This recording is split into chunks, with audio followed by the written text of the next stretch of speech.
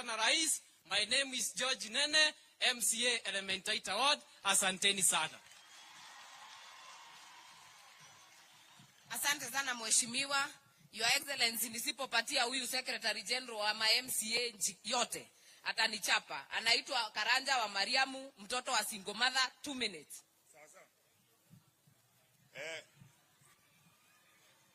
Your Excellency, the President, the Deputy President, our Governor, mabuge wote na MCAs.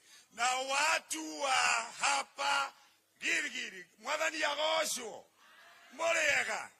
Your Excellency, mimi sitaki kusema mambo mengi. Kwa majina mimi naitwa Karaja wa Boy wa Mariamu, mtoto ya single mother. Your Excellency, mimi nimesimama tu hapa kwa jambo moja. Unajua Your Excellency, mvua imenyesha sana. Na mvua wakati imenyesha hii sehemu yote, Your Excellency, ile kitu ambayo tumekuza hapa kama cash crop ni pareto. Na Your Excellency, sisi tumekosa mbegu. Na Your Excellency, hao watu wote tulikuwa tunapanda maua na ndio ilitukuza. Tupate pareto, pesa ziingie wapi? Mfukoni. Ya mwisho Your Excellency, tuna shida na hii rais ni mzuri kwa sababu lazima ujue. Your Excellency, kuna shida kidogo ya junior secondary school. Na Your Excellency, mimi nakuambia ya kwamba watu wababa wako shuleni. Standard wao wale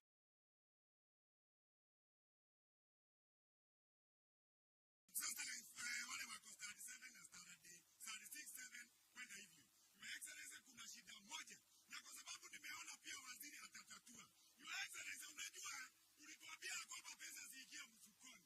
Lakini hii junior secondary inatoa pesa mfukoni. Your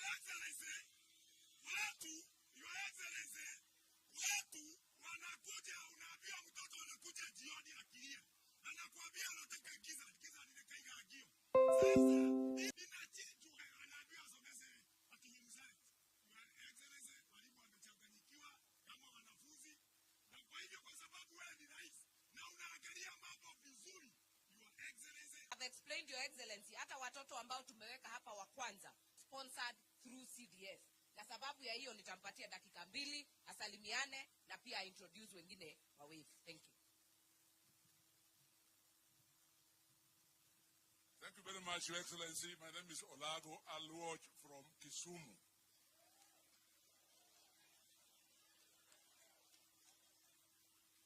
Your Excellency, your presence here is a demonstration of the faith that you have in CDF. Because this building in front of you is a partnership between the Ministry of Education and the board of CDF through Gilgil Constituency Development Committee members.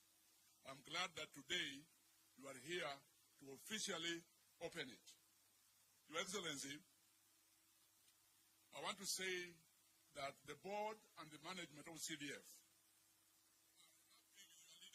because you have ensured that goodwill is there between your office, the treasury, and us. We want that to trickle down to Parliament as well. Having been a member of Parliament before, I know that my colleagues who are here with you today appreciate the difficult circumstances that we are all going. But I'm glad that we take our education seriously because of all the ministries under you, Mr. President, our biggest partner is the Ministry of Education. And I'm glad that the CS, Ezekiel Machogu, is here with you. Together with me here, Mr. President, is the board of CDF. And I wish to ask them to kindly stand up where they are. Quickly, please. Down there, behind you, Mr. President, is Naomi Shionga, Honorable Naomi Shionga, Maria Lekoloto, Josephine Kanyi, Honorable Kago, who served in Parliament last time, Ole Meshuko, Mr. Abdiaziz Siaro, representing the AGs Wakili Karen Rono, and our very able CEO Yusuf Mbuno. Mr. President, with that team, we have been able to help Gilgil in the last 10 years under the stewardship of Honorable Wangari to build 9 new schools, completely new. Mr. President, CDF is a demonstration, a clear demonstration of the philosophy of bottom-up economic transformation agenda. This building we have in front of us has changed the economy of this local area. And with it being open today, it's going to be even better. The contractor was using local materials, hiring local labor, and then enriching the local community. This, for us, is a demonstration of the government policy of enriching the hustler on the ground, and that we are committed to do. Mr. President, this year, we are going to be 20 years old as CDF. We are going to contact your office, Mr. President, so that 20 years anniversary that we are going to have should be a demonstration of what CDF can do for our country, so that we all have faith.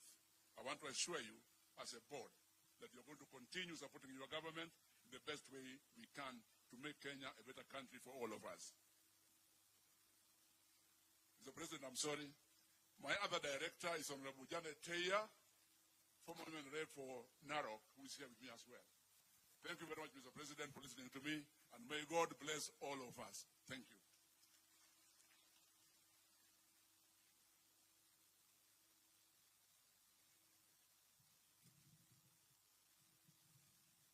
Thank you. Unajua urefu ni ya Mungu, ingine ni ya kujitengenezea. That's why unaona kila nikikuja kanarudishwa chini. Your Excellency, sasa nikubalie ni alike wabunge wa hapa, wa Nakuru, and I want to give apologies for those who are not there. Honorable KK, Honorable Mutai, Honorable Kathambi. As you know, Your Excellency, kuko na public hearings about the housing levy, na nikawaambia wasitoke huko, sababu hiyo ni agenda yako, na wakanituma pia nilete salamu zao. Kwa hivyo wabunge wa Nakuru, tafadhali mje hapa dakika moja moja.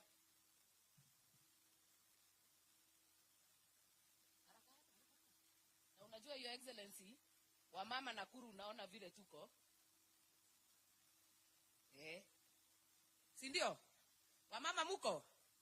Tuko sawa ama hatuko sawa? Mulisema wamama mahali mama ako iko maziwa, si ndio? Na najua Gekari anateta sana Your Excellency, anasema tumewakalia sana, lakini tunawafanyia affirmative action kidogo kidogo. So kabla nifike hapa, nataka kumuita MP wa Rongai dakika moja. Mamba, mpigieni makofi. Your Excellency, the President of the Republic of Kenya, Deputy President, Governor, na wabunge wote, Bwana Yesu asifiwe. Kwa majina mimi naitwa Honorable Mamba kutoka Rongai. Asanteni sana. Haya. Tumpigie makofi. Next tafadhali mrembo kutoka Bahati.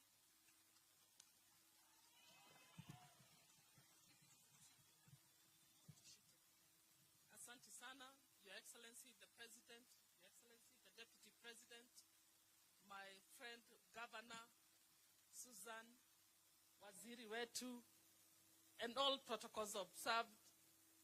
Majina Irene Joki kutoka huko Bahati, na ninashukuru kukua hapa kuona hii maendeleo ambao itasaidia hawa vijana wetu. Ukisha soma kutoka hapa with the housing, ninajua tutaweza kupata kazi. And we want to encourage the young people, please, kujeni msome ili muweze kupata at least education from here. We are grateful for all the developments that you have brought. Asanteni sana. Tupigie mrembo makofi. Mbunge wa Kuresoi Kusini, Mwalimu, mpigieni makofi pia yeye atusalimie.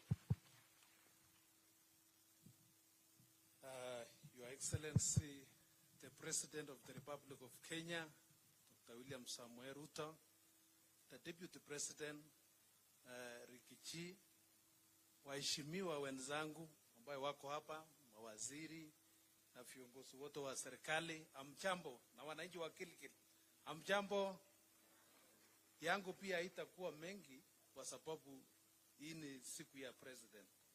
Lakini nataka nichukue nafasi hii ndio niweze kumpongeza mjumbe wa Gilgil kwa sababu alinikaribisha hapa. Nataka nichukue nafasi hii nikumpongeze kwa sababu ya kazi mzuri ambayo umefanya. Tumejionea. Na pia niwashukuru wananchi wote wa Gilgil constituency kwa kumchagua huyu mama wa bidii, sana. Huyu mama msione hivi hivi, yeye ni mkubwa yetu huko bunge. Saa zingine anatuchanganyisha huko bunge. Saa zingine tunasema Mr. Speaker, kumbe ni Madam Speaker. Kwa hivyo uamuzi wenu iko sawa kabisa. Ya kumalizia, nataka nichukue nafasi hii nimpongeze rais wetu wa Jamhuri ya Kenya kwa kazi ambayo ametufanyia kwa muda kidogo sana. Tunajua kwamba juzi tulipata walimu 56,000 teachers. Tulipata walimu. Alafu tena juzi akatulipia school fees. Wanafunzi wetu wote kwa mashule yetu Kenya hii wamepata school fees. Kwa hivyo rais, tunakushukuru sana. Alafu tena juzi alitukatia bei ya mbolea kutoka 7,500 up to 2,500. Na mimi naona mpango ya rais wetu na mpango ya Mwenyezi Mungu iko sawa. Kwa sababu alipokata bei ya mbolea imenyesha turuo. Si namna hiyo? Tumepata mvua. Otherwise, Your Excellency sir, yetu pia Kiptaragon TTI iko tayari. Nakuomba Mheshimiwa, Your Excellency, the President of the Republic of Kenya, Honorable William Samoei Ruto, Deputy President, Honorable Rigathi Gachagua, Madam Governor Susan Kihika, CS Education and all protocols observed. Bwana asifiwe. Ngai nĩ mwega na hĩndĩ ciothe. Your Excellency, asante sana kwa kurudi hapa. Tulikuja hapa kutafuta kura, wakakuahidi na wakupatia yote. Watu wa Elementaita mlifanya kazi ya maana sana. Pia nipongeze Mheshimiwa Wangare kwa sababu mahali niliwaachia ameshikilia na akaenda zaidi.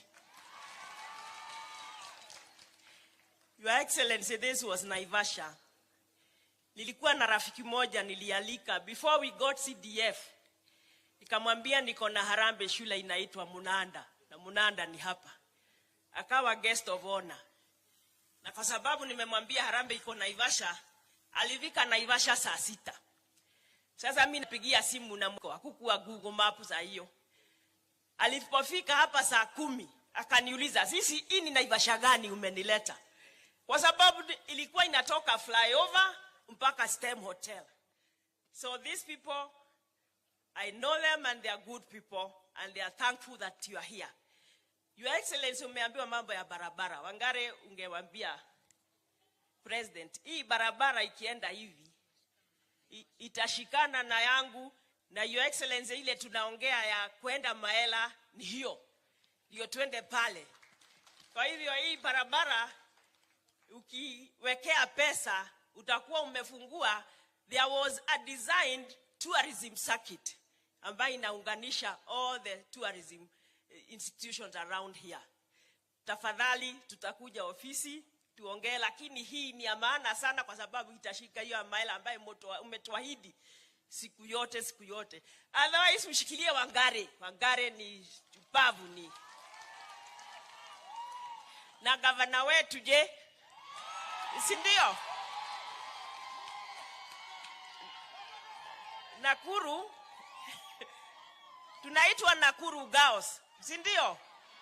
Kwa hivyo msitoe girls, wacha girls tuendelee. Asanteni sana. Your Excellency, to represent the boy child kwa hii county yetu, nataka tumkaribishe Honorable Gekaria. Hata tukiweka posta anapiga nduru, anasema tumeweka wamama juu kwa posta. Wacha na yeye atusalimie.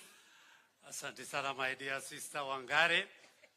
Watu wa Elementaita, God is good all the time. Asante sana. Mheshimiwa Rais William Samoei Ruto, ndugu yetu the truthful man Rigiji ambaye amekuja na yeye siku ya leo. Tumemsahau ndugu yetu ambaye anatusaidia sana pale bungeni. The majority leader kule bungeni, ndugu yetu Kimani Ichung'wah ambaye yuko hapa na sisi. So ninasema ni asante kwa sababu And of course, our very able Governor, Madam Susan Keheka. Ni kweli hawa rembo wametukalia, lakini tunajipanga, si namna hiyo. Dada yetu hapa, Madam, tunamwita Madam Speaker, saa akinipigia simu kitu ya kwanza mimi usimama na kuanza kuitika kwa nguvu, kwa sababu yeye na nishukuru sana rais. Katika muhula huu tangu tupate independence, Nakuru County tumeshikiliwa na rais wetu kwa njia kubwa sana. And I want to thank you, our president, for the good work that you've done, and particularly kuappoint watu ya Nakuru. Watu walikuwa wakiona kama hatuwezi, kumbe tunaweza. Tuko na waziri ametupatia ambaye ni ndugu yetu Bwana Zak Njeru, na tunashukuru sana. Kwa mara ya kwanza tumepata madamu huyu amekuwa speaker wa bunge. Huyu madamu usimuone tu namna hii, na uwaga anatunyongea sana kule bungeni. Anakataa kutupea nafasi, sisi ni watu ya Nakuru, mpaka nasumbua, lakini bado ananikalia ngumu. Sasa nataka mnipatie lugha mzuri vile naweza muongelesha, ndio anipeage nafasi ya kuongea bungeni. And I want to thank you, my dear sister, for the good work that you've done. Hii shule ambayo imewekwa hapa ni thibitisho ya kwamba hamkufanya makosa kuweka dada yetu. Tunajua Susan tulipokuwa tukikuja hapa, na yeye anaelewa maneno ya hapa kwa ndani kabisa. And we want to thank our dear sister for the good work ambayo imefanya. Ninajua kuna mahali moja atakagi niseme, na nitasema hivi, rais, mashida ya Kenya, rais, wewe ndio unaijua. Kuna msemo ilikuwa ikienda hapa Nakuru County atijibu sijui ni nani. Lakini sisi katika nchi yetu na nchi hapa kwetu hapa Nakuru County tunajua Susan anaweza. Alafu majibu yote tunajua, jibu ya maswali yote ya Kenya iko na rais wetu kwa mambo matatu. Ya kwanza, every day mtu yote akiamka, shida za kwanza 3: ajira, mambo ya employment, magonjwa na mambo ambayo inatutatiza, na ya 3 ni mambo ya shule. Kia kwanza niseme, rais juzi umetoa mwelekeo, na tunaomba principals wetu wa mashule, tafadhali. Jana hata nilikumbusha mmoja, wewe ulisikiza rais wetu akipeana instruction ya kwamba usiende kutoza wazazi hata shilingi moja juu ya ile ambayo imewekwa na ministry. And I want to thank wa Maria kwa kutoa hiyo maneno na kusema, rais, hiyo kitu ambayo directive ulitoa itasaidia watoto wetu. Wengi wanakosa kwenda kwa shule kwa sababu ya kuitishwa ada juu ya ile ambaye ministry imetuwekea. I want to thank you for the directive. Juzi pia ukatuletea jibu ya mambo ya hospitali, na hakuna kitu ambaye Martha najua kwa ofisi yako yangu na mjumbe wote ama MCA, mambo ya hospitali, ugonjwa umetupunguzia. Alafu watu wengine wanakimbia kotini kwenda kusimamisha yule ambaye anatembea na gari ya serikali ambaye wewe unalipa, anakaa anaenda kutibiwa na pesa ambayo wewe umetoa, kwa sababu hako na ile scheme ya mambo ya hospitali. Lakini hataki hasla ambaye rais amepunguza kutoka 500 to only 300, anaenda kule kotini. But I want to thank mama yetu Martha anaitwa Martha Karua, hapana Martha Karua, anaitwa aje? Martha Koome, kwa sababu amekubali, amesikiza mwito wa rais ambayo wamekuja kufanya nini. Ya mwisho ni mambo ya manyumba. Hii TTI vijana wa Gilgil, tafadhali wa hapa Elementaita, make use of this facility for only 6 months. Then utaona matokeo ya wewe kuingia kwa hii. For those short courses ambaye ndugu yetu rais wetu ametuletea mambo ya nyumba. Na hii mambo ya nyumba inatoa mambo ajira kwa kwetu pale. Niko na miradi miwili ya manyumba. Saa hii crime ikateremka to 0, ambaye kwetu ilikuwa ni mbaya zaidi. Kwa sababu watu walienda kiti, wakapata hiyo, wameletewa manyumba, wanapata ajira kutoka. And I want to thank the majority leader. Alijibu hao watu ambao wanaenda kotini. Kwa sababu kwa nini jaji aende kutoa? Imagine anaenda anasimamisha mambo ya manyumba ati hakuna public participation. Alafu rais akapiga ukarabati kupitia kwa Ishongwa kule, tukaweka public participation. Tena jaji anaenda anasimamisha public participation ambayo wamesema ilikosa siku ya kwanza. Kuna haki kweli? Ati ukiwa lazima uwe na kakitu kwa mfuko ndio uende upate haki kotini. I want to thank you President for the leadership ambayo umechukua. Endelea kutushikilia pale, sisi tutaendelea kushikia huku, and we want to promise you rais wetu, hatutakubali mtu aendelee kunyanyasa ama kugandamiza miradi ambayo umeleta katika nchi hii. We want to thank you kwa sababu watoto yangu sasa hivi wanapata ajira every day, kila siku akiamka wanapata.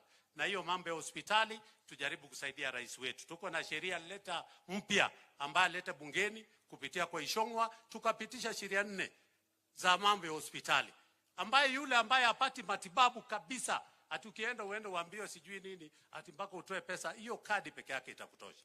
Mimi nikatwe pesa mingi na Martha so that the other people ambaye ni wachini wapate. I want to thank you na Mungu akubariki. Na unipeage nafasi huko bungeni, si ndio?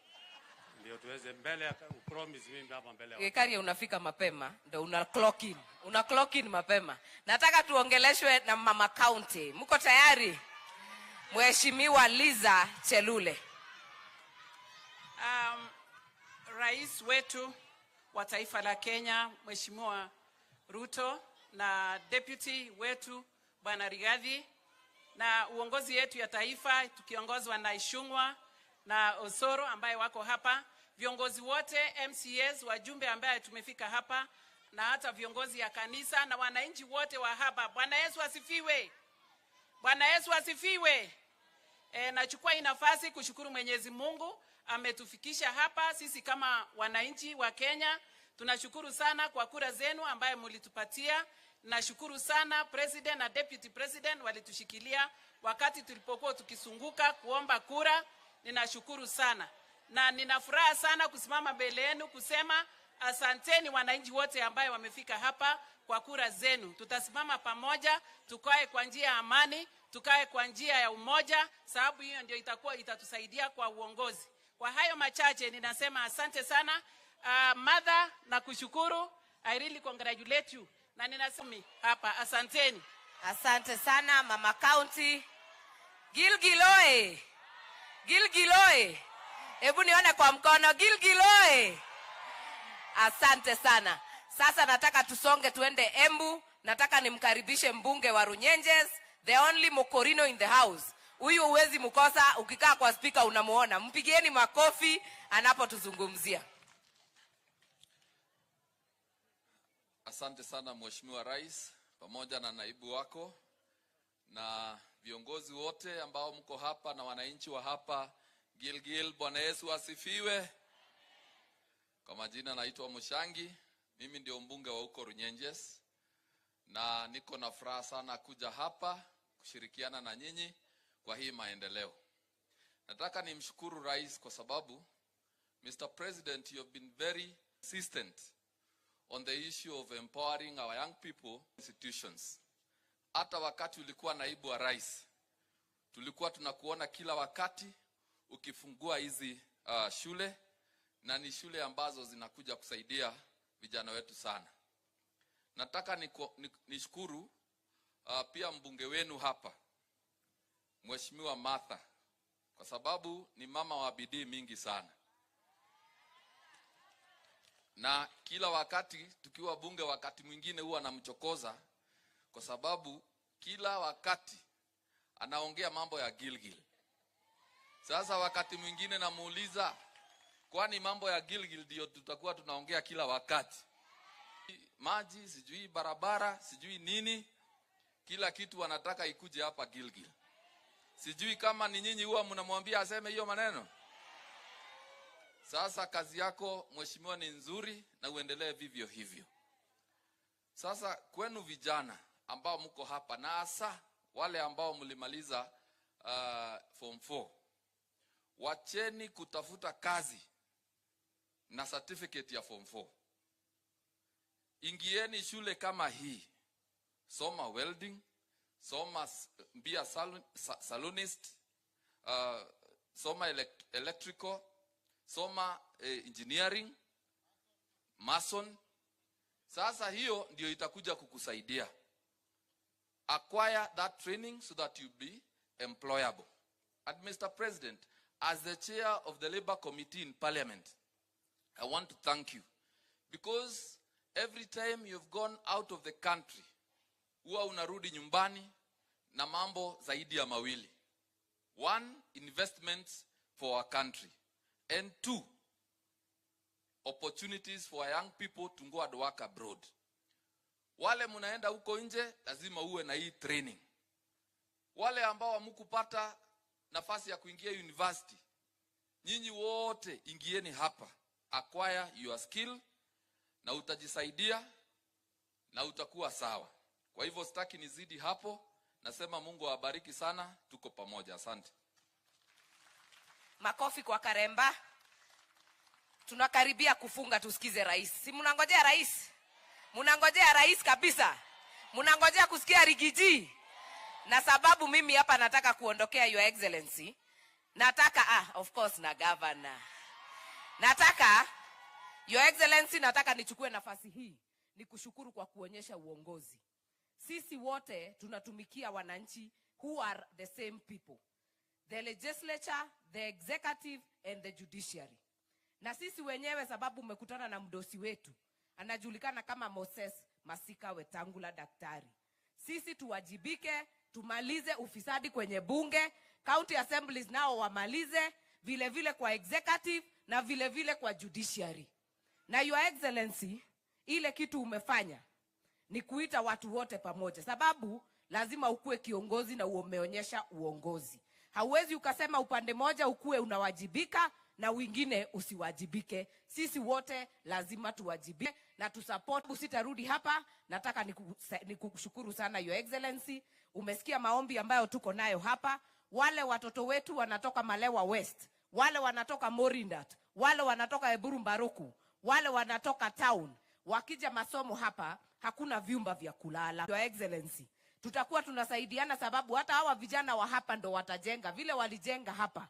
Tuhakikishe kwamba hao watoto tukiwalipia, sababu wengi wanatoka chini, wanaweza kusoma hapa, akienda attachment anarudi. Na sisi tutapiga jeki Your Excellency through CDF, sababu hatulegei kwa kazi, na wewe yako najua utatufanyia kitu ukitoka hapa. Si ni hivyo watu wangu? Eti kwa si itakuwa sawa? Sasa nataka tuende kule Kisii. Mko tayari? Kuna yule jamaa ambaye anaitwa kinara kwenye bunge ama chief whip. Huyu wakati tunafanya mikakati ya serikali, yeye ndo kazi yake kuhakikisha kwamba kila mbunge amefika kwenye bunge, na yeye ndo ameshikilia Kenya Kwanza upande wa Kisii. Mnataka kuona huyu kijana? Mnataka kumuona? Anatoka South Mogirango constituency. Akimaliza Bwana Osoro atatualikia kinara wa walio wengi kwenye bunge ambaye ni Kimani Ichung'wah, na after Kimani Ichung'wah naye atamwalika gavana wa jimbo hili Susan Kihika aweze kutuongelesha. Wapi makofi ya Osoro? Asante sana Mheshimiwa Martha Wangare. Your Excellency, the President of the Republic of Kenya, Your Excellency Deputy President, Your Excellency Governor wa Nakuru na viongozi wote wenzangu, Bwana Yesu asifiwe. Hebu tusalimiane hewani kama mnatuona sisi wote. Asante sana. Your Excellency, tumekuja hapa kwa sababu ya mwaliko wa Mheshimiwa Martha Wangare. Nichukue kwanza fursa hii kukongratulate watu ya Gilgil kwa kumchagua mama shupavu, mama mwerevu, mama ambaye anajua kazi, mama anajua kunetwork. Mimi nimetoka sehemu ya Kisii kule deep hadi mpaka hapa. Although nilipotea njia, Mheshimiwa Martha ulinieleza ya kwamba okay, asante. Mheshimiwa Martha, wakati uliniambia ni Gilgil, mimi nilifikiria ni Gilgil town. Nikafika Gilgil town, kila mtu nikimuuliza ananiambia ni hapa mbele tu, ni hapa mbele. Hapa mbele ikanichukua 3 hours kufika mahali hapa. Na kwanza ni kukongratulate kwanza kwa sababu hii program wabunge wengi ama viongozi wengi wakipewa fursa kama hii wangeiweka kwenye town. Mimi wakati nimetumia 3 hours kufika hapa na hiyo njia, na mimi nakubaliana na wewe vile umeomba Mheshimiwa Rais, enyewe hiyo barabara ni mbaya ya kufika hii sehemu. Enyewe hiyo ni ukweli, kwa sababu imenichukua 3 hours. Na ujue nimekuja na ile mashini kidogo, ni kubwa kidogo. Sasa hiyo mtu mwingine anatumia pikipiki anafika aje namna hii? Sasa unapata pengine inakuwa safari ngumu kufika hii sehemu. Kwa hivyo Mheshimiwa Martha, congratulations kwa hii project ambayo umejenga, na umeijenga reserve ndani kabisa, ndio watu wa hii area pia waweze kupata. Tuwashukuru pia mmemchagua mara ya pili. Kule bungeni yeye ni mtu mkali sana, anajua kuzungumza Kizungu, anajua kuzungumza Kiswahili, anajua kunetwork, alafu yeye ni speaker. Sasa watu wengine usahau wanasema Madam Speaker saa. Hawajui kumuita Madam Speaker. Kwa hivyo congratulations watu wa Gilgil. Ya pili na ya mwisho. Your Excellency Rais, the era of people or leaders speaking at each other iliisha na hiyo era ya serikali ya kitambo. Wakati tunakosana, wakati tunakuwa na maoni tofauti, era ambayo tuko nayo sasa hivi is speaking with each other. Ukiangalia vizuri utakumbuka kwamba umeona viongozi wa upinzani wakikashifu sana ya kwamba wewe ulikutana na viongozi wengine jana State House. Ulikutana na Chief Justice, ulikutana na Speaker. Viongozi wa upinzani wanapinga hata hiyo. Tunataka kuambia viongozi wa upinzani kwamba ni ukweli kazi yenu ni kupinga, lakini msipinge kila kitu. Sio zote za kupingwa. Nyumba zikijengwa mnapinga. Barabara zikilimwa mnapinga. Watu wakizungumziana mnapinga. Sasa mnataka nini? Tuache kuzungumza, we stop the president aache kuzungumza na viongozi, aanze kufanya vile serikali ya kitambo ilikuwa inafanya. Ya kwamba ukikosea kidogo wakati maoni inakuwa tofauti, unanyang'anywa askari, unakatiwa budget, unafukuzwa, unashikwa, unawekwa ndani. Mheshimiwa Rais ameraise issue ya corruption in the judiciary. Badala yake kusema kutumia sheria vibaya, kutumia nguvu vibaya ya kwamba aseme tutakatia hawa funds ama tutawanyang'anya polisi, akasema we sit down and talk. Na hii corruption in the judiciary is real. Hata leo hapa Nakuru mahali tuko leo sasa hivi, jana kulikuwa na watu ambao wameshtakiwa for fraud hapa Nakuru County. Watu ambao wamegrab shamba, alafu wameenda wamefake documents, wamefanya fraud, wamefanya forgery, wameshikwa na polisi, wamepelekwa kotini kwa sababu waligrab shamba wakaweka hospitali inaitwa sijui War Memorial. Wakoti wamepelekwa kule, wamewekwa kwa dock. Koti imesema wamechukua plea. Haya, leo watu wameenda hiyo koti kwa sababu wako na pesa. Wameenda wamepata kwamba hata kama hizi documents zenu ni forgery, mfunguliwe hiyo hospitali. Kwa sababu wako na pesa, kwa sababu pengine ni wazungu, kwa sababu pengine ni watu wakubwa. Sasa jana yule mtu ambaye alishikwa akashtakiwa for fraud, na leo amepewa order ya kuendelea kule mbele. Sasa tukiuliza namna hiyo, tukiambiwa sasa kuna maneno ya corruption kule kotini, mnasema ya kwamba tusizungumze namna hiyo. Mheshimiwa Rais akiambia Chief Justice corruption iko kule, amtake tena tuseme namna hiyo. There is no way we can move this country kama hatuwezi simamisha hiyo corruption ambayo iko kule judiciary. Hata hii barabara ambayo mnasema ijengwe, mtu ataenda kotini tu, alipe aseme hii barabara imepita kwangu, kando ya kwangu, apate order, akuja aseme ya kwamba barabara isilimwe. Hivyo ndio wamefanya the other counties kila mahali. Hata hii maneno mnasema ya housing ambayo tumeanza kufanya, hii mjengo imejengwa na vijana. Kuna mtu wa kutengeneza stima, kuna mtu wa kuweka floor, au ni vijana wamefanya kazi. Mtu anaenda kotini, ana bribe judge, anapata order ya hiyo area ya Kisumu ya kusimamisha mjengo ambayo inajengwa Nakuru. Sasa order inatumika kutoka Kisumu, inasimamisha mjengo ya Nakuru because of corruption. Your Excellency, some of these illegal orders should not be obeyed, should not be followed. Order ya kusimamisha vitu ambazo zinasaidia mwananchi. Mimi nakubaliana na wewe. We ignore, sisi tuendelee kufanya kazi pamoja bila upendeleo yoyote. Kwa hivyo, Your Excellency, sitaki kusema mengi. Nishukuru tena watu ya Nakuru kwa sababu mimi nimeangalia vizuri, nikaona mimi ningezaliwa Nakuru. Wakati nimeona Gikari amesimama hapo akiwa almost like a lone ranger, akotuna viongozi wachache wanaume, nikasema ningezaliwa hii Nakuru pengine singechaguliwa kama mbunge. Kwa sababu hapa nyinyi mnapenda wamama. Sijui kwa nini mnapenda kuchagua wamama. Lakini nikitazama hapa nione kazi hawa wamama wanafanya. Women who are elected na wenu wa hii sehemu kazi amefanya. Uangalie gavana wenu wa hii sehemu kazi anafanya mpaka anawekwa top 10 katika nchi yetu ya Kenya. enyewe endeleeni kuchagua wamama vile mnaendelea kuchagua, kwa sababu mnajua kazi.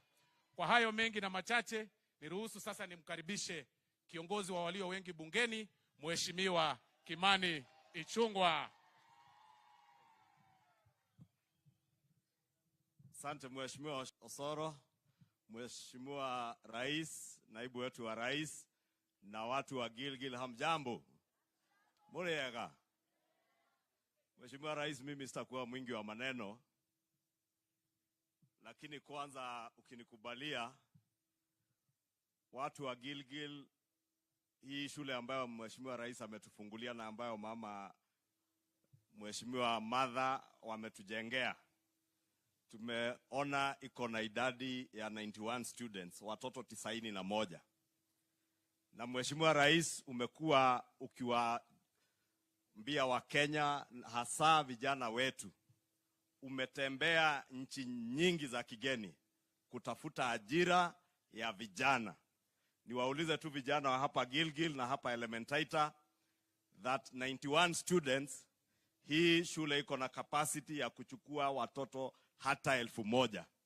Na hizo nafasi za kazi ambazo rais anasema ziko Ujerumani ni mechanics ambao na electrical engineers and technicians ambao watafanya courses hapa. Ni watu ambao watakuwa na technical skills, hizo ambazo unasikia rais akitangaza, zimewekwa kwa mitandao na kwa magazeti. Nafasi za kazi nyingi ziko nje. Zingine kama hao vijana wanasoma ICT kwa ICT hub hapa, kazi ambazo wataweza kufanyia hapa kijijini Elementaita, na wawe na kazi wanapata pesa in dollars huko nje. So nianze tu kwa hiyo kuwauliza vijana, mkubali kujisajili wengi, muingie kwa hii shule ili iwe kwa manufaa kwenyu. Your Excellency, nimesikia yale yamesemwa. Najua Osoro ni wakili mchanga kidogo, na najua ako na kesi mingi mahakamani.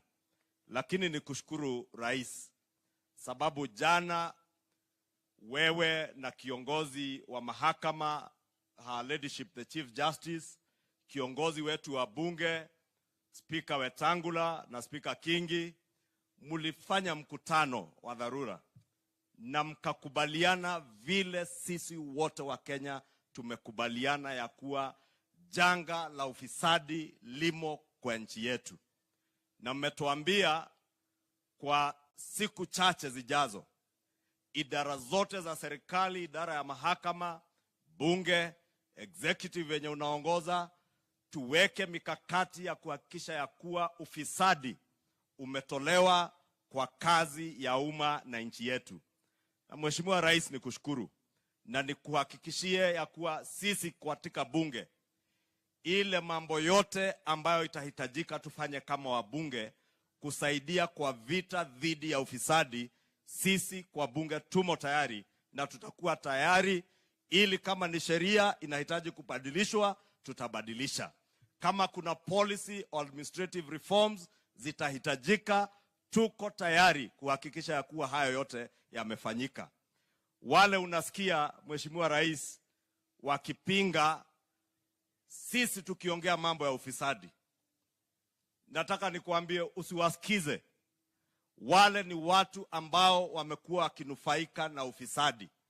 Hata hao Osoro wanasema, wale ulisikia jana wakipinga huo mkutano, ni wale ambao wamekuwa wakinufaika na ufisadi na mambo ya kuteka nyara uchumi na nchi yetu kupitia ufisadi. Therefore, Your Excellency, let me just encourage you and congratulate you, Her Ladyship the Chief Justice and our speakers in Parliament, for the meeting that you had yesterday. And Your Excellency, since we are now all agreed as Kenyans that corruption, state capture are a danger not just to us as a nation today, but even to future generations, that corruption remains the single most threat to our nation's welfare, Your Excellency. We want to thank you for convening the meeting that the judiciary requested. And you are all agreed. Those in the judiciary now agree that corruption is a problem. Those of us in the legislature agree that we have a problem of corruption in Kenya. those of you, Your Excellency, serving under your leadership in the executive, you have also considered that indeed corruption is a cancer that we must deal with. I want to give you the highest assurance, Your Excellency, as your majority leader in the National Assembly, that whatever policy, administrative or legislative interventions that you require from Parliament, we shall be at the forefront of ensuring that those administrative, policy or legislative reforms are enacted to help us deal with the cancer and scourge of corruption and state capture in this country. Your Excellency, don't worry about those who are making noise at you. That you agreed at the request of our judiciary to convene a meeting to discuss the question of corruption. Your Excellency, those who are opposed to this discussion are beneficiaries of corruption and state capture, past state capture in this country. And Your Excellency, since you have told us that we must within a few days or in a month or so be able to have immediate short-term and long-term interventions.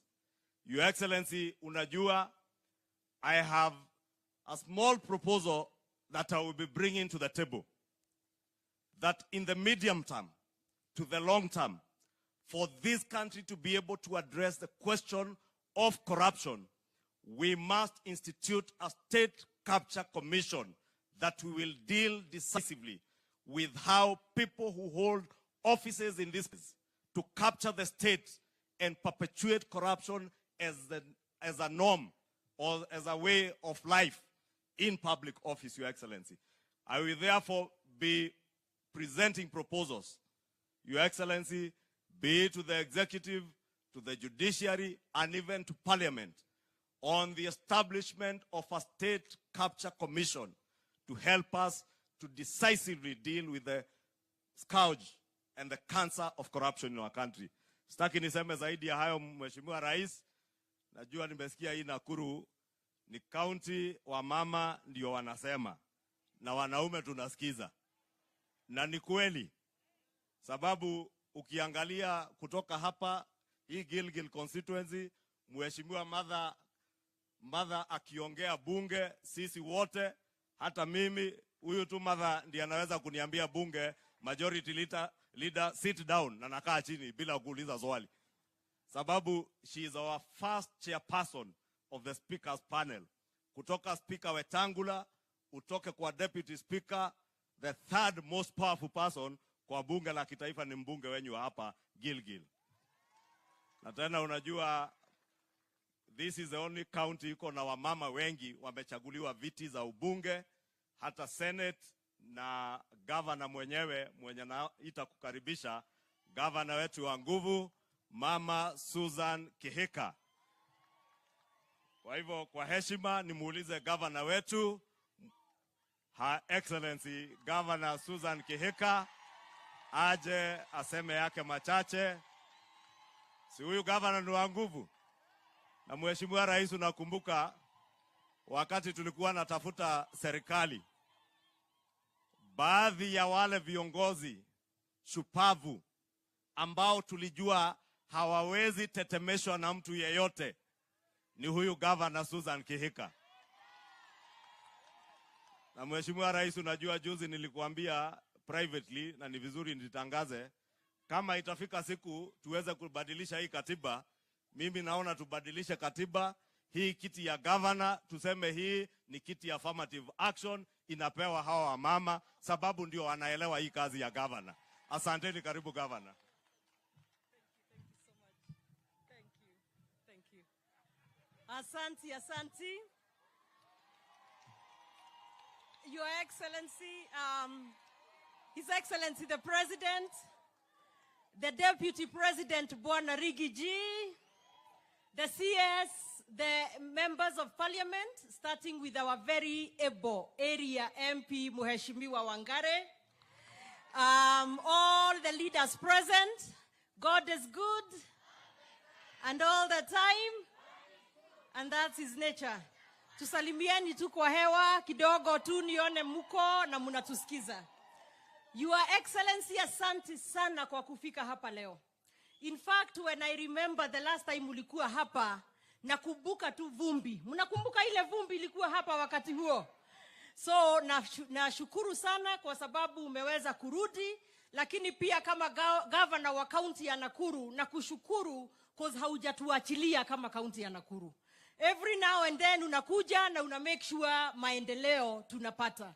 And my people of Nakuru County, nataka niwaambie, I believe in about 1 to 2 years, hamutaamini ile kazi Kenya Kwanza itakuwa imefanya katika hii. In this county and in this country, indeed. Your Excellency, wacha kwanza nipongeze Mheshimiwa Wangare kwa ile kazi mzuri amefanya. We can see from the work done here that our children will be able to come and study in a very nice environment. And as she proceeds kuweka hostels, I support that so that especially our girls, our boys as well, our girls can also have a place to stay in a very secure and safe environment. Waweze kusoma. So asante sana. Your Excellency, kuna mambo kidogo tu kama 3-4 na nitaisema kwa haraka. Ya kwanza, Your Excellency, kwa hii area shida kubwa sana. Na by the way, Your Excellency, a lot of kura, kwa sababu wacha pia kwanza niseme asanti. Kura zangu mingi hapa napewa kwa ile kazi baba yangu alifanya hapa ya mashamba. My father was able to settle people here, lakini kuna shida kwa sababu hiyo mashamba haina title deed, Your Excellency. Kwa hivyo, Your Excellency, nikianzia na hii shamba ya Motukanio Kiptangwanyi, title ni shida. Lakini pia, Your Excellency, umetufundisha mengi. For me myself, I really watch you. Na ulisema mambo ni mangapi? Wananchi, President alisema mambo ni mangapi? Sasa kuna mtu na pengine yako hapa, lakini I have never been a coward. I am not a coward. Kuna former chairman wa hii Motukanio Kiptangwanyi mwenye amesumbua especially our very elderly parents. Wakitaka kupewa title, amekimbia kotini miaka 10 in court. Your Excellency, tumesema it is your right to go to court, but stop using the courts to frustrate the people. Miaka 10 mzee Nelson Chambi, toa kesi kotini, watu waweze kupata mashamba. Your Excellency, walikuwa wapewe hizi titles by paying 3,000 shillings. Kimbia kotini, akasema, akatoa sijui hao walimanage kufanya hivyo, akasema hawa wakongwe wetu waende Nakuru, walipe lawyer, not even a government office, walipe lawyer 40,000 shillings instead of 3,000.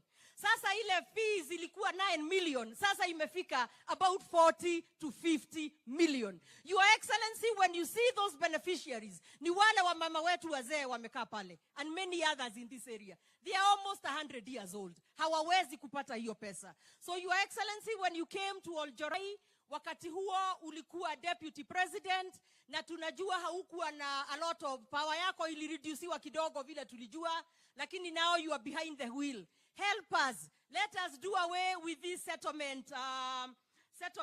Wacha tufanye away with this high interest so that hawa wakongwe wetu waweze kupata title. There is a lady alinitumia clip, alikufa juzi. Alikuwa ameuza 1 acre so that aweze kulipa interest for the other. And she finally passed away of old age without ever enjoying her farm. It is a travesty, Your Excellency.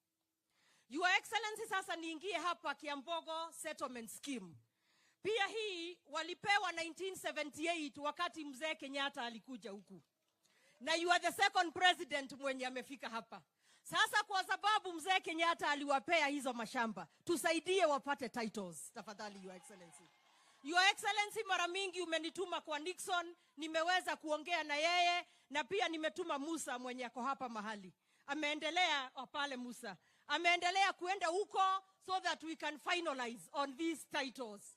Hizi title, Your Excellency, the settlement fund interest has become so much so that unakuta kama principal is 15,000, interest imepandisha, mtu anaitishwa 140,000. Hawa watu hawana pesa, Your Excellency. Hawataweza. Na tunasema bila title, shamba haimsaidii. So Your Excellency, help us. Say one word and we shall be healed. Ili tuweze kupata hizi title. Your Excellency, on the shamba party ya mwisho, kuna shamba hii ya Oljorai. Hiyo shamba pia imekuwa shida sana. Ilikuwa Oljorai, uko upande wa kwetu Rongai, Royal Bay, na wengine walikuwa Kiambu, wanaitwa Lari Nyakenyua. Hii shamba pia imekuwa na matatizo for over 40 years. Watu wanakaa kwa hoteli wakikunywa chai na mandazi, wakiitisha pesa kutoka kwa wananchi so that they can do it for them. But nothing has happened for 40 years. Hapa Oljorai watu wameseto. Royal Bay wameseto. Wasaidiwe wapate pesa. Wale walikuwa displaced wa Lari Nyakenyua, kwa hata ukiwaambia wakuje Oljorai, kuna watu na hawataweza kuwatoa. They be financially compensated so that Your Excellency kutatua hizi kazi za mashamba. Your Excellency, I am sure you will help us and we shall talk to Nixon so that this is able to be tatuliwad. Sasa Your Excellency, nikimalizia nirudi kwa barabara. Sasa Your Excellency, kuna shida sana. I'm sure nimesikia Maebo MP ame-mention, lakini wacha pia niongeze msumari hapo. Hii barabara ya Mutaita to Mount Narok imekuwa shida sana. Lakini kwa ukweli the problem is the contractor. Sasa tunataka contractor Nyoro atolewe na tuletewe a new contractor on site, Your Excellency. Na Your Excellency, hiyo najua utaweza kutusaidia kwa zile mashimo ziko sasa ni mbaya kuliko hata ile, they are more than the lami yenye ameweka. Hata afadhali angeiacha tu hivyo. Ya pili, Your Excellency, wacha kwanza niseme asante, because pia tukiuliza ni vizuri to appreciate. Kuna hii barabara umetupatia Your Excellency ya Jogoo Kiptangwanyi Ses Road. Hiyo kwanza tuseme asante. Lakini Your Excellency, niseme ili iweze kushika kabisa hii area, tunasema uiongezee kilometers kidogo iende Elementaita, Kongasis, Kiambogo, Monanda, so that ifanye hiyo circuit iweze kwenda vizuri. Na hiyo itatusaidia sana katika hii area, Your Excellency. Kwa watu wa Kongasis wameona kama wamewachwa pale nje kidogo. Na kwa barabara ya mwisho, Your Excellency, ni hii barabara Elementaita Tukikope. Na hiyo barabara, Your Excellency, itaweza kufungua hizi zenye tumeweka sasa huku ndani and join them to the main highway ya Nakuru Nairobi. Na so that kukiwa na shida, na I'm also sure Your Excellency unafanya kazi kwa bidii ili uweze kutupatia dual carriage kutoka hiyo Rironi to Mau Summit. Kwa hivyo hiyo itatusaidia sana. Pia one small issue hapo, sio kidogo sana, cause wako na shida, ni hii ya new division, Your Excellency. Katika Elementaita kuna just Elementaita division, na watu wa Kongasis wanalia sana, wanataka also a division, so that tuwe na Kongasis division na Elementaita division. Nikimalizia, Your Excellency, mimi kama governor wa county ya Nakuru nilipoingia nilisema nashikana na wewe watoto waweze kusoma. Kwa hivyo, Your Excellency, when I came into office, every ward was getting 2 million shillings for bursary. Nikaambia MCAs, hiyo ilikuwa wakati 10 years ago when I was a speaker in this county, wakati tuliweka 2 million per ward. Na nikasema hata bei ya mkate ama ya unga 10 years ago ama sukari is not the same. Kwa hivyo, Your Excellency, so that niweze kukushikilia katika mashinani na niweze kumake sure hawa watu wetu wameweza kusomesha watoto, nimeongeza bursary kutoka 110 million to 340 million. So watoto waweze kusoma. Katika hii ward ya Elementaita nilikuwa nikuje leo, lakini mdosi akiwa unajua siwezi. Sasa niko chini sana sasa pale. Bursary yenyu ilikuwa 2 million, tukiwa na MCA tumeipandisha iko 8 million shillings. Na tutakuja kupatia watoto in the next 2-3 days so that watoto waweze kusoma na waweze kwenda shule. Your Excellency, as one of your biggest champions in the counties, mimi hiyo agenda ya housing you did not even need to tell me twice. Kwa sababu I believe our people need to live in good, decent houses.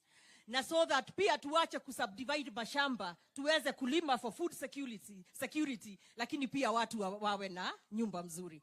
Kwa hivyo katika Gilgil kule kwa hospitali yetu pale ya county, out of our 50 acres, nimefanya public participation na wangwana hawa wanakupenda sana, na tumetoa 20 acres za kufanya affordable housing. So that tuwe na over 2,000 units na tuweze kupata kazi kwa vijana wetu hapa at the sites. Pia Your Excellency, nilipofanya public participation, waliniambia katika Gilgil wanataka KMTC katika Gilgil.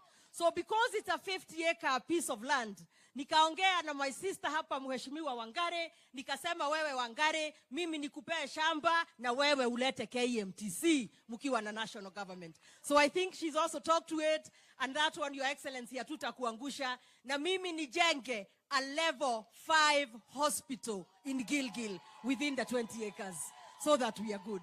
So Your Excellency, sitaenda more than that. Beyond that, it is your meeting.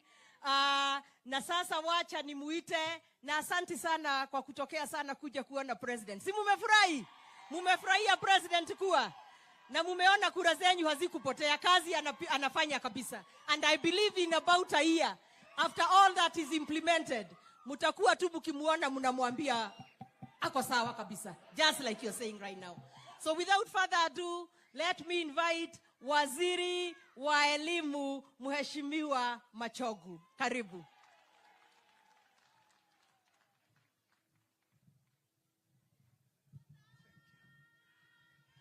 Yeah, thank you. Asante, Your Excellency, the President of the Republic of Kenya, Your Excellency, the Deputy President, Your Excellency, the Governor, kiongozi wa wengi bungeni na waheshimiwa wengine wote, Mheshimiwa wa hapa Martha Wangare, waheshimiwa MCAs, PS wangu ambaye iko hapa na maafisa kutoka TVET. Huyu ndio PS wangu, anaitwa Esther Moria, na tuko na DDF inatoka kwa sehemu moja kwa serikali kuu. Your Excellency, tumetoa leseni kutoka kwa TVET that there will be 5 courses here. Kuna building and civil engineering, kuna electrical and electronic engineering, kuna ICT, kuna business, kuna hospitality, na kufikia sasa, kwa sababu ilianza hivi majuzi, tuko na watoto 91, lakini Your Excellency, tuna matumaini kubwa ya kwamba hawa wazazi tukiweka vifaa vile umeagiza, na bila shaka itafika hivi karibuni, wataleta watoto. Si mtaleta watoto? Mtaingiza watoto hapa? Na vile Your Excellency umefika, niko na hakika kwa mwaka moja mbili watoto watajaa hapa. Your Excellency, sisi vile umetuagiza kwa Ministry ya Education, nataka nihakikishe ya kwamba hapa leo na katika TVET sote Kenya mzima tumeweka walimu, na last financial year wewe mwenyewe ulituagiza serikali yako ikaajiri walimu 1,300,000, na kupitia hao tukaleta walimu 7 hapa. Si mko na walimu 7? Na vile sasa Your Excellency umeagiza wengine 2,000 ambayo wataachiriwa hivi karibuni kwa miezi miwili. Kwa hivyo kupitia kwako Your Excellency, tunataka kuhakikishia wananchi hawa kwamba hata wale wa board of management sahihi tutaachiri wao wawe serikali kunde na waripa in a few months to come. Tena Your Excellency, ile board of management iko ni kutoka Nairobi Polytechnic.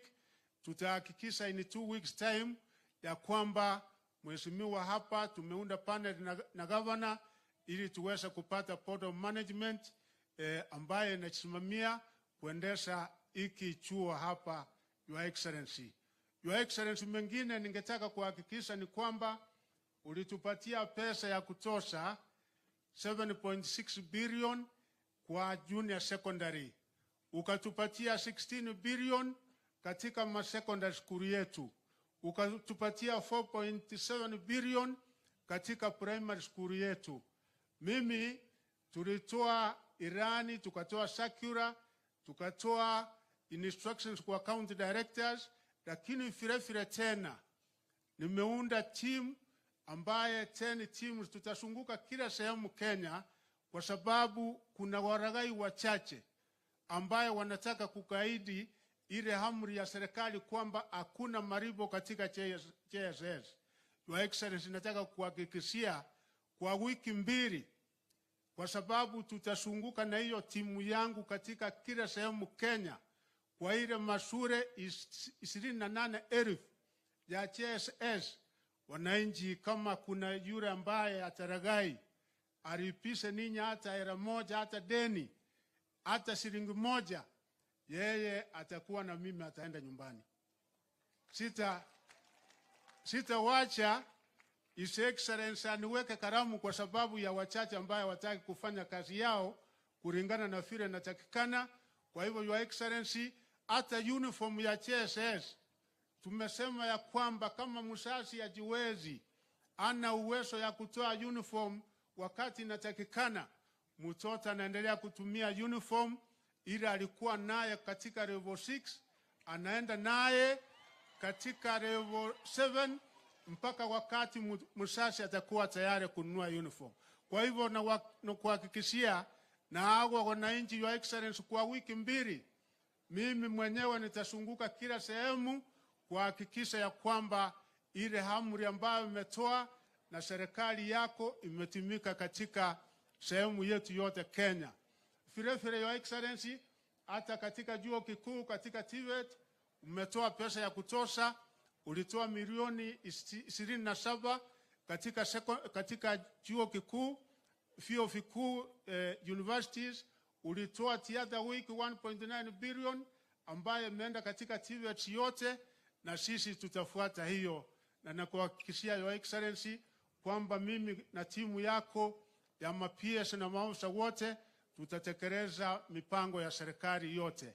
Kwa hayo mengi, ningetaka sasa kumwarika naibu wa rais ili aweze kuzungumza na kuarika. Makofi ya naibu wa rais. Makofi tena.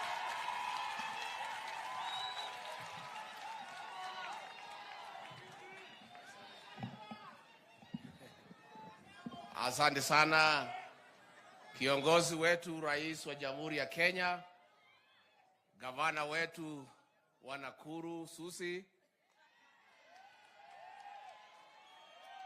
mjumbe wetu wa Gilgil Kari, waheshimiwa wale wote waliofika hapa, watu ya Elementaita, hamjambo. Happy New Year. God is good, and all the time. Nisalimieni kwa hewa. Bwana Yesu asifiwe. Bwana Yesu asifiwe tena. Watu ya Elementaita mpo? Andu anyumba itu mwe guku. Haya, kari nyumo hire guku. Nidamugeithia muriega. Ngai ni mwega na hindi ciothe. Gaidia isiara mwathani agocwo. Asanteni sana kiongozi wetu, rais wa Jamhuri ya Kenya. Sisi wale ambayo umepatia nafasi kufanya chini yako tunajivunia, tukitembea na wewe katika Kenya kuona maendeleo. Mheshimiwa Rais, mambo ya TVET is your brainchild, na wewe ulianzisha ukiwa waziri wa elimu kuu pale wakati ya serikali ya Mwai Kibaki. Siku walikutoa kwa Ministry of Agriculture, wakifikiria wamekutupa huko msituni, ukaingia pale ukaanza mambo ya TVET. Na ukiwa naibu ya rais the first term, ukazunguka Kenya ukaanzisha hii mpango. Lakini tulipopata ile siasa mbovu, ile ya handshake, hii program ikanyimwa pesa, ikasimama kidogo.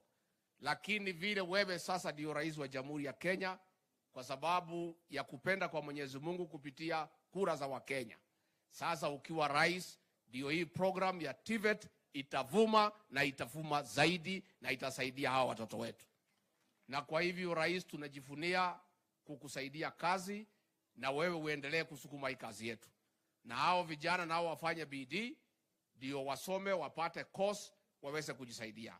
Hasa kwa mambo ya affordable housing, kunatakikana mafundi ya kila aina. Kwa hivyo lazima tujipange vizuri. Na mimi watu ya Gilgil nataka pia kusema asante kwenu.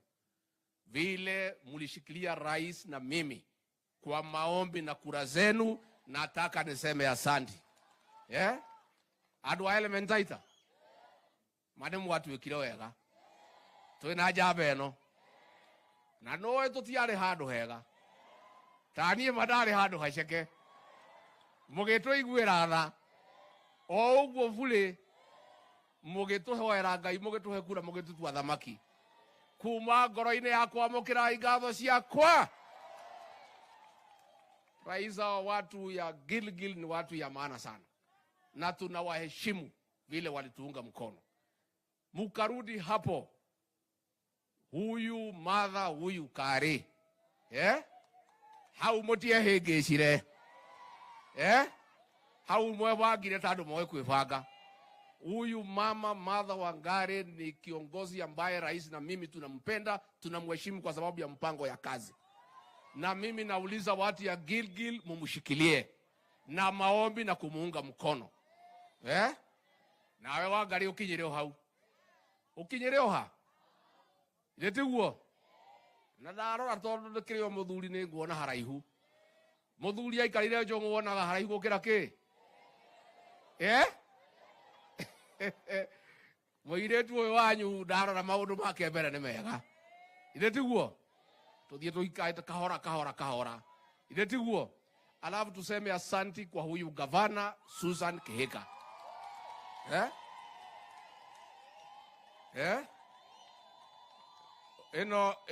Eno ni jamba.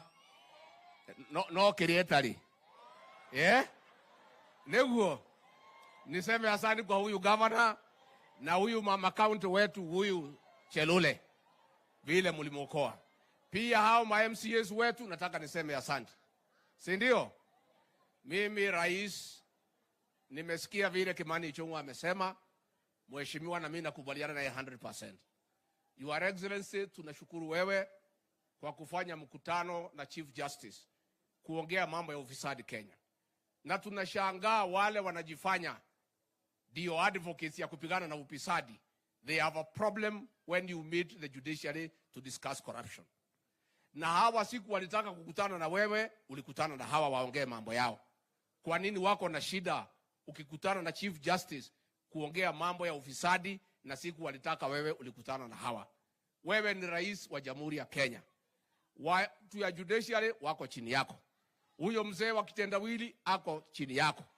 Wahubiri wako chini yako. Wale waganga wako chini yako. Wale watu wezi wako chini yako. Wewe ni rais ya kila mtu. Sasa kila mtu rais akiomba kukutana na wewe, wewe fungua milango. Hawa raia ya kawaida rais wafungulie mlango. Talk to everybody because you are the father of our nation. And what you have done is the right thing. Na rais, mimi nakubaliana na Kimani Ichung'wa. Hata kama ulikutana na Chief Justice, mukaongea mambo ya corruption, had you sought my opinion, ningekuuliza tu kwa heshima kwa hiyo topic, pia mungeweka state capture mujadiliane juu yake, because state capture is more corrosive than even corruption. Kwa hivyo pale mbele, I would like to request Your Excellency, huyo mama Chief Justice akuje pia, another 2, 3, 4 hours, state capture muweke pale, muongee juu yake, pia mupange mambo yake, because it's even more corrosive than corruption. Na kwa hivyo rais, sisi tunakuunga mkono. Na mimi nataka niseme nikiwa hapa, hii region yetu inaitwa Mount Kenya, Your Excellency, tulikuunga mkono 100%. Kweli ama uongo? Kwenda kakuringiririo. And we are united as a region behind our president. And that is the way it shall be. Sisi unajua rais, watu ya hapa ni watu ya ukweli. When we like something, we like. When we don't like, we say we don't like. When we agree on the way forward, we do what we have done. Sisi tulikuahidi tutakuunga mkono in your entire term ya 10 years as president of Kenya. But we want to support you united as a region.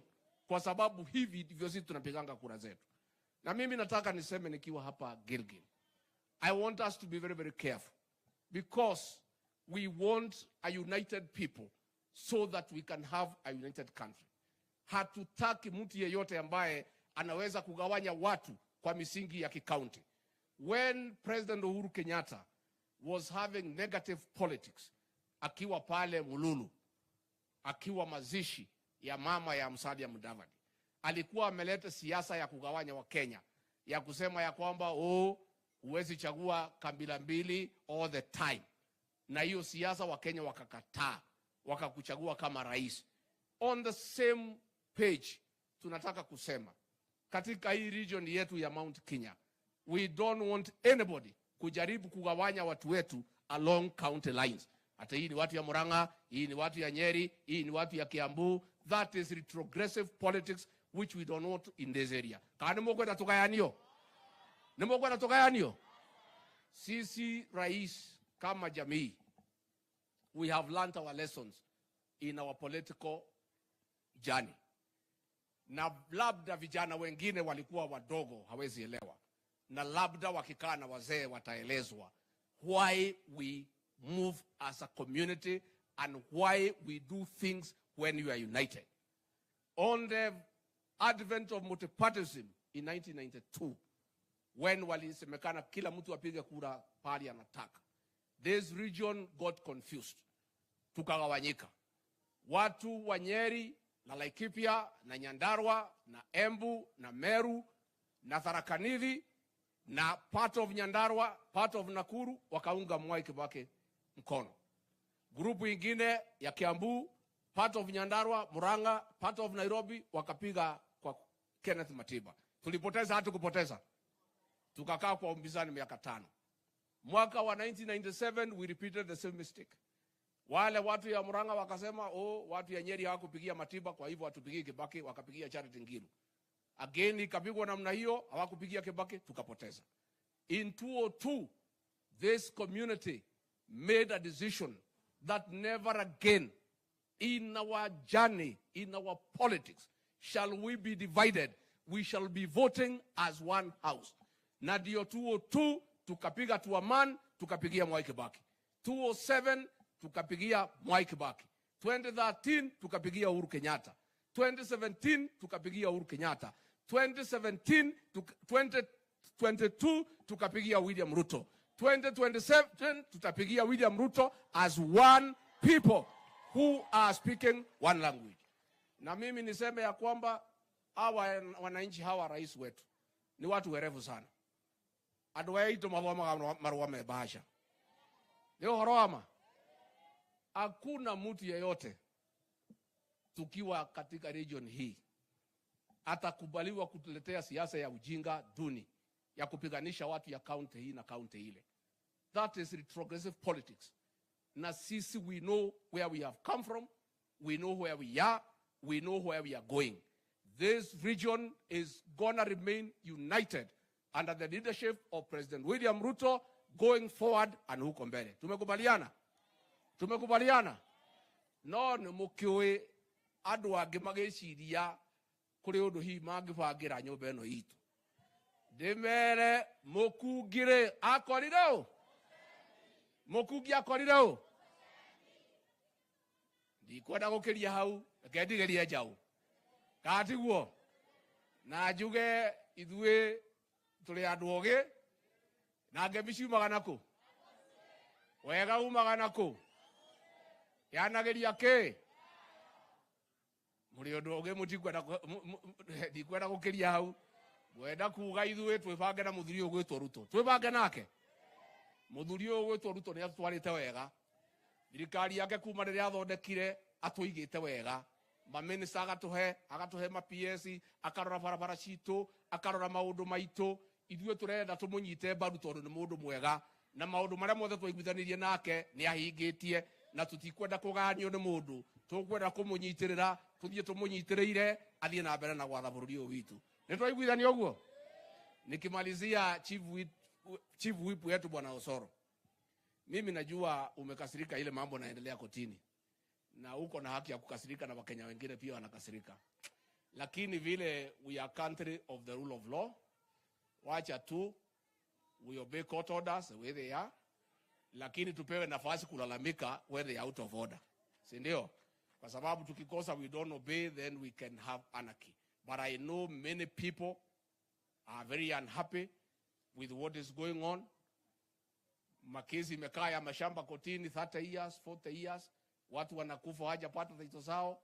Watu wakishikwa wanawachiliwa. And I want to say, nikiwa hapa Nakuru, leo asubuhi nilikuwa na MCAs ya Nyandarua, 41 of them. Niliwaomba waunde sheria ya kupigana na pombe ile haramu ya sumu. Wametengeneza sheria, wameniletea leo. Wewe ukipatikana na ile pombe haramu, ile inaua vijana wetu, faini ya milioni 10 ama unafungwa miaka 10. Na ndio sasa watu wajue hakuna mchezo. Na mimi nauliza County Assembly ya Nakuru, please borrow a leaf from your neighboring county. Muangalie hiyo sheria imepitishwa na watu ya Nyandarua, so that wale watu wakitoroka Nyandarua wasikulete sumu Nakuru. Because pale Nyandarua kimewaka moto. Hakuna mtu atakubaliwa pale kuuza sumu. Tunasema ile pombe nzuri, wale wanataka kukunywa wakunywe, wale wako na pesa. Ile 2-3 ya kutafuta usingizi, go ahead. Sio ni sawa sawa? Sio ni sawa sawa? Ile 2-3 ya kufanya nini? That is okay. Lakini, Your Excellency, we have a problem ya sumu kupikwa pale na kuletewa watoto wetu. Your Excellency, we were almost losing an entire generation. And the County Assembly of Nyandarua has come up with very strict laws to make sure that nobody will sell poison to our young people. And I want to ask Nakuru and all the neighboring counties, and indeed all the counties in Kenya, to benchmark with Nyandarua so that we can have uniform laws across the country to make sure that our children are protected from illicit brews, from poison that made us almost lose an entire generation. Nemogo tonyita baru hawa asiari. Atimia mwekuo. Tugithira ciana citu. Tuciagitire. Jene twakena muno na ni mwoka na wingi kwa mukira muthamaki witu. Na ndamucokeria ngatho ni uria mumirite na uria mukenete. Tondu ni muirio cia muthamaki ni kuona andu aingi na andu akenu. Katiguo. Mwi tayari? Tumwamukire. Atimia ni mwegemi. Rwa mbere. Rwa kere. Rwa gatatu. Rwa kana. Rwa gatano.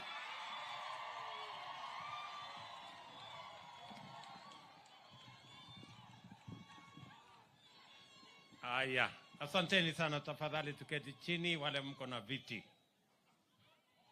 Waheshimiwa viongozi wote wakiongozwa na Deputy President na wananchi wa hapa Munanda, Elementaita, Gilgil na Nakuru, hamjambo. Hamjambo tena. Bwana Yesu asifiwe.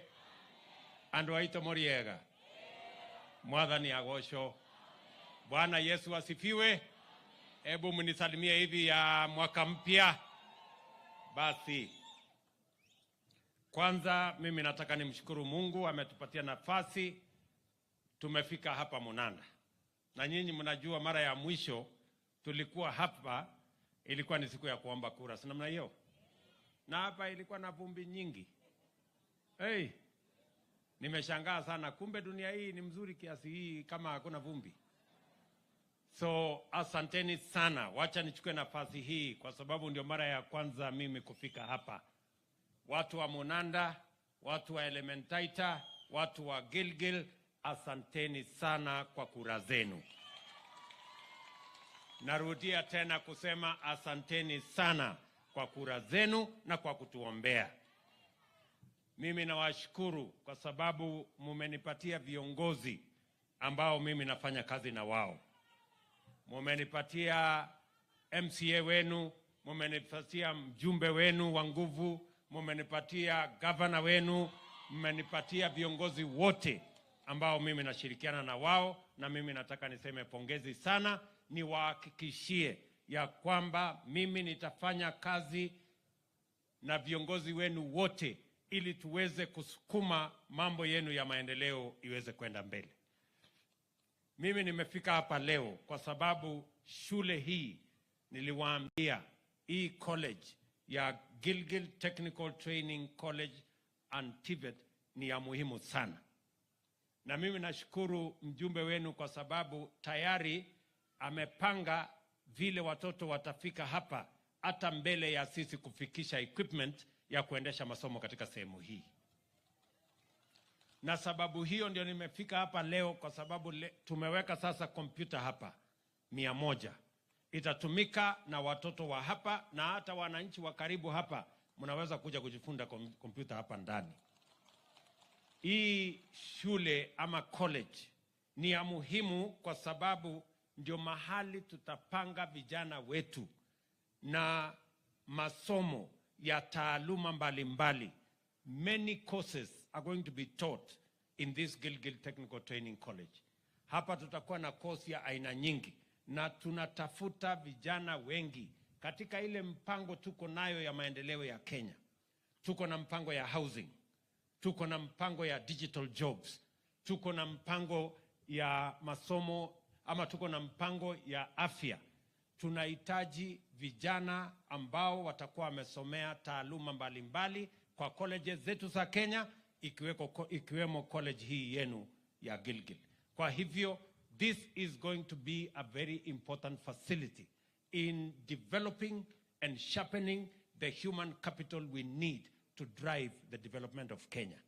Na ndio sababu hiyo nimekuja kuifungua rasmi na kuwaambia ya kwamba hii college itakuwa katikati ya mipango yetu ya kupeleka hii Kenya mbele. Niwatangazie ya kwamba tayari nimeongea na marafiki ambao watashirikiana pamoja na sisi kuleta equipment ya college hii. Leo jioni Prime Cabinet Secretary Musalia Mudavadi anasafiri, na kati ya mambo anasafiri kwenda kukamilisha ni equipment ya TVET ya Gilgil, ikiwemo equipment zingine za colleges 70 katika taifa letu la Kenya. Kwa sababu tunataka kuhakikisha, apart from what we have done in all the other colleges, we are going to equip another 70 technical training colleges, including this one of Gilgil. Kwa hivyo, mtatupatia tu nafasi kidogo. We are going to complete the procurement. We are going to complete the agreement so that we can supply the necessary equipment for training in Gilgil alongside other 70 technical training colleges in Kenya. Ya pili, pia kwa sababu college hii, nimesikia mwalimu amesema, mwenyekiti mwenye walijenga hii shule wamesema, mjumbe wenu wamesema, ya kwamba hapa mnahitaji mahali wanafunzi wataishi kama hostel. Kwa sababu ile makao iko mbali, kule mahali kuna manyumba iko mbali, na nimekubali tutawapatia shilingi milioni 200 ya kujenga nini hapa. Na nimemwambia huyu mrembo wenu, mjumbe wa hapa, nimempanga tayari na waziri wangu wa mambo ya housing, Mama Alice Wahome, na PS Bwana Hinga ambaye anatoka hapa Nakuru, kwamba tutafanya procurement kufikia mwezi wa 6 tutaanza kujenga, pengine even earlier tutaanza kujenga hostels ya wanafunzi hapa katika college yetu ya Gilgil. Ya kufuata tena, nimemwambia waziri Machogu yuko hapa, ya kwamba bado kunahitajika na infrastructure kidogo kidogo ya hii college. Nimemwambia atafute milioni 10 alete, tujenge, tu expand. Ilikuwa nimesema milioni 5, huyu mrembo wenu akanikaza sana, akaniambia hapana, acha hii. Unajua kusema no kwa kiongozi mama ni ngumu sana. So nimekubali ya kwamba tutawasaidia milioni nyingine 10 ya kuhakikisha kwamba kuna madarasa ya kutosha na equipment zingine na vitu zingine ambazo zitasaidia sehemu hii, kwa sababu hapa tunataka kuwa na college kubwa. Sasa kwa sababu mimi nimefanya sehemu kiasi na ile ingine nitakamilisha, iko tu shida moja imebaki kwa hii college: wanafunzi. Na hiyo wanafunzi, nyinyi ndio mtafanya hiyo kazi. Wanafunzi mtawaleta? Mtawaleta wanafunzi? Hii college inatakikana wanafunzi ikiwa chini sana 3,000 ndio watakuwa hapa. Mtajipanga, si ndio? Kwa sababu nahitaji vijana ambao tutawafatia training, kwa sababu nafasi ya ajira tuko nazo inahitaji vijana wako na skills na wako na competence, na kwa sababu tumetoa nafasi hiyo, tumejenga college, najenga hostel, tutaongeza madarasa, tuko na walimu. Mmesikia Waziri Machogu amesema ya kwamba this week tunaajiri walimu wengine 2,000 ambao watatusaidia kufundisha katika TVET kama hii. So we are pulling our resources towards making sure that training is possible for a majority of the young people in Kenya. Ndio tuhakikisha kwamba we have a competent workforce, a workforce that is skilled, yenye itatusaidia kupeleka mambo yetu ya Kenya mbele. Nyinyi kama wazazi na wananchi wa sehemu hii ya Gilgil na Nakuru, next time nikikuja hapa nitakuta wanafunzi kabisa. So mujikaze sehemu hiyo, mimi nitachikaza sehemu ile ingine ambayo imebaki. Ya pili, mumeniambia vile vile kuhusu mambo yenu ya barabara. Huyu Mheshimiwa Martha amesema kuna barabara ya Gilgil kwenda mahali inaitwa Kenyeriri, tulikubaliana. Lakini sasa nitaweka kwa mpango kuanzia mwezi wa 6 nitapanga hiyo. Lakini kuna barabara ambayo iko hapa mahali inaitwa Jogoo, inakuja hapa kwenu, inaenda hapa si ndio Kiptangwanyi, alafu inateremuka mpaka Tangi mingi huko, Tangi 5 ama sijui Tangi ngapi, si ndio? Hiyo barabara nimeambiwa ni karibu kilomita 25. Hiyo barabara nimekubali, next month tunakuja kuanza kujenga. Tunafanya saa hizi, tunaendelea na procurement, tunatafuta mtu ya kujenga hiyo mahali, sawa sawa. So kufikia mwezi ujao mimi nitarudi hapa kuanzisha ujenzi wa hiyo barabara, kwa sababu na nimesikia vile Jane amesema ya kwamba ikifika huko mbele tuunganishe na ingine huko mbele ndio iende kufikia Naivasha, ndio safari yenu hapa ikuwe rahisi.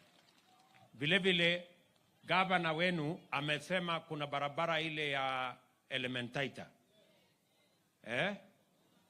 na hiyo barabara pia ilikuwa na contractor mwingine mjeuri anaitwa Nyoro. Mimi nimesikia kwamba mnasema ati huyo Nyoro tumfukuze. Sasa nyinyi mmechelewa, kwa sababu huyo Nyoro, kwani mlikuwa mnafikiri mimi nilikuwa nafanya kazi gani last year? Huyo Nyoro nishamfukuza tayari, ameondoka. Ile kitu mimi nafanya sasa ni kutafuta contractor mwingine, si ndio? Kwa sababu ameshindwa kujenga daraja, badala ya kujenga barabara amejenga potholes. Nasikia potholes ni mingi kuliko barabara, na hiyo sio kazi tulimpatia. Tulimpatia kazi ya kujenga barabara na daraja. So kwa sababu ameshindwa, tumeshamsafirisha tayari, na nimemwambia Waziri Murkomen ya kwamba apange sasa tuweke contractor mpya pale, si ndio? Na nilisikia fununu, sijui kama kuna ukweli, kwamba huyu Murkomen ati ni shemeji yenu karibu na hapa. Ni kweli? Basi nimejua vile nitafanya. Sasa huyo nitaenda na nyinyi msionee mtu huruma. Asipopanga hii kazi, ule mtoto wenu mwende mchukue. Ama namna gani?